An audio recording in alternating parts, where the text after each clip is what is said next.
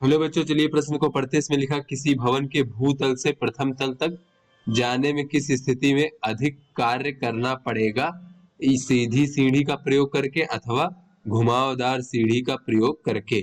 तो चलिए बच्चों, इस प्रश्न की मूल अवधारणा को हम देख लेते हैं। तो बच्चों, इस प्रश्न की मूल अवधारणा में हम देख लेते हैं कि जो बच्चों असंरक्षी बल द्वारा जो होता है, या फिर ये कह दें कि संरक्षी बल के विरुद्ध जो किया गया कार्य होता है बच्चों, तो संरक्षी बल के विरुद्ध किया गया कार्य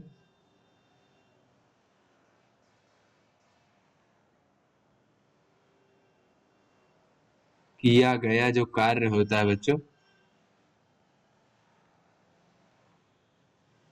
वो बच्चों स्थितिज ऊर्जा में परिवर्तन के बराबर होता है। स्थितिज ऊर्जा में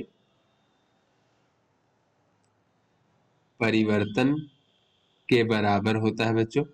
यदि यदि बच्चों गतिज ऊर्जा में कोई परिवर्तन ना हो तो, गतिज ऊर्जा में कोई परिवर्तन ना हो तो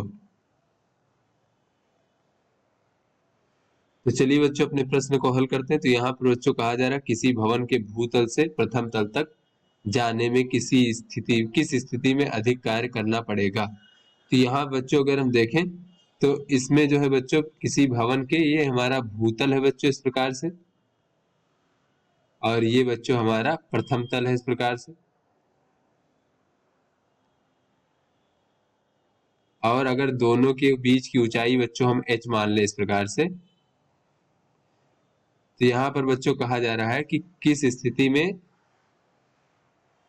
अधिक कार्य करना पड़ेगा, सीधी सीढ़ी का प्रयोग करके अथवा घुमावदार सीढ़ी का प्रयोग करके। तो बच्चों मान लीजिए कोई व्यक्ति चढ़ता है बच्चों ऊपर, भूतल से ऊपर की ओर बच्चों इस प्रकार से, सीधी सीढ़ी से बच्चों इस प्रकार से चढ़ता है कोई व्यक्ति। और मान लीजिए बच्चों इस व्यक्ति का द्रव्यमान जो है बच्चों m है इस प्रकार से। तो यहाँ पर बच्चों गुरुत्वाकर्षण बल ऊर्ध्वाधर नीचे की ओर लग रहा है, तो ये संरक्षी बल के विरुद्ध ये व्यक्ति कार्य करके ऊपर की ओर जाएगा बच्चों। तो संरक्षी बल के विरुद्ध जो किया गया कार्य होता है वो स्थितिज ऊर्जा में परिवर्तन के बराबर होता है बच्चों। यदि गतिज ऊर्जा में कोई परिवर्तन ना हो तो बच्चों व्यक्ति जब ऊपर चढ़ जाएगा, तो बच्चों पहले भी उसकी गतिज ऊर्जा शून्य थी, और चढ़ने के बाद जब ऊपर पहुंच जाएगा बच्चों तब भी जो गतिज ऊर्जा उसके बाद भी शून्य रहेगी, यानी गतिज ऊर्जा में कोई परिवर्तन नहीं होगा बच्चों। तो ये किया गया कार्य जो होगा वो स्थितिज ऊर्जा के बराबर होगा बच्चों। तो किया गया कार्य बराबर हो जाएगा स्थितिज ऊर्जा परिवर्तन। तो स्थितिज ऊर्जा परिवर्तन कितना हो जाएगा बच्चों, जब h ऊंचाई ऊपर चढ़ेगा तो स्थितिज ऊर्जा परिवर्तन mgh हो जाएगा बच्चों इस प्रकार से। तो बच्चों चाहे वो इस प्रकार से बच्चों सीधी सीढ़ी से चढ़कर ऊपर की ओर जाए, या फिर बच्चों इस प्रकार से वो इस प्रकार से घुमावदार सीढ़ी से चढ़ करके ऊपर की ओर जाए बच्चों, तो यहाँ पर जो किया गया कार्य होगा बच्चों वो mgh के बराबर होगा, आंतरिक ऊर्जा में परिवर्तन के बराबर। तो बच्चों ये इस बात पे फर्क नहीं पड़ता कि वो सीधी सीढ़ी से जा रहा है, कितनी दूरी चल के ऊपर जा रहा है, वो केवल यहाँ पर बच्चों दोनों तलों के बीच की ऊंचाई पर निर्भर किया करता है बच्चों। तो यहाँ से हम कह सकते हैं कि अतः दोनों ही स्थितियों में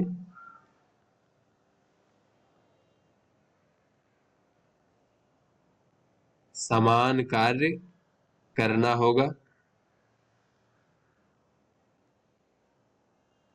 पड़ेगा, और जो किया गया कार्य होगा बच्चों,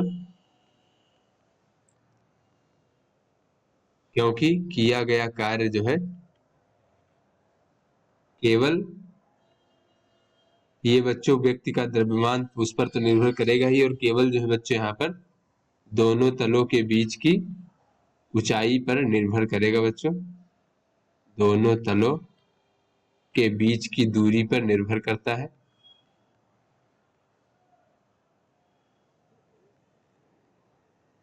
बीच की ऊंचाई पर निर्भर करता है बच्चों, जैसा कि हमने यहाँ पर h से प्रदर्शित कर रखा है।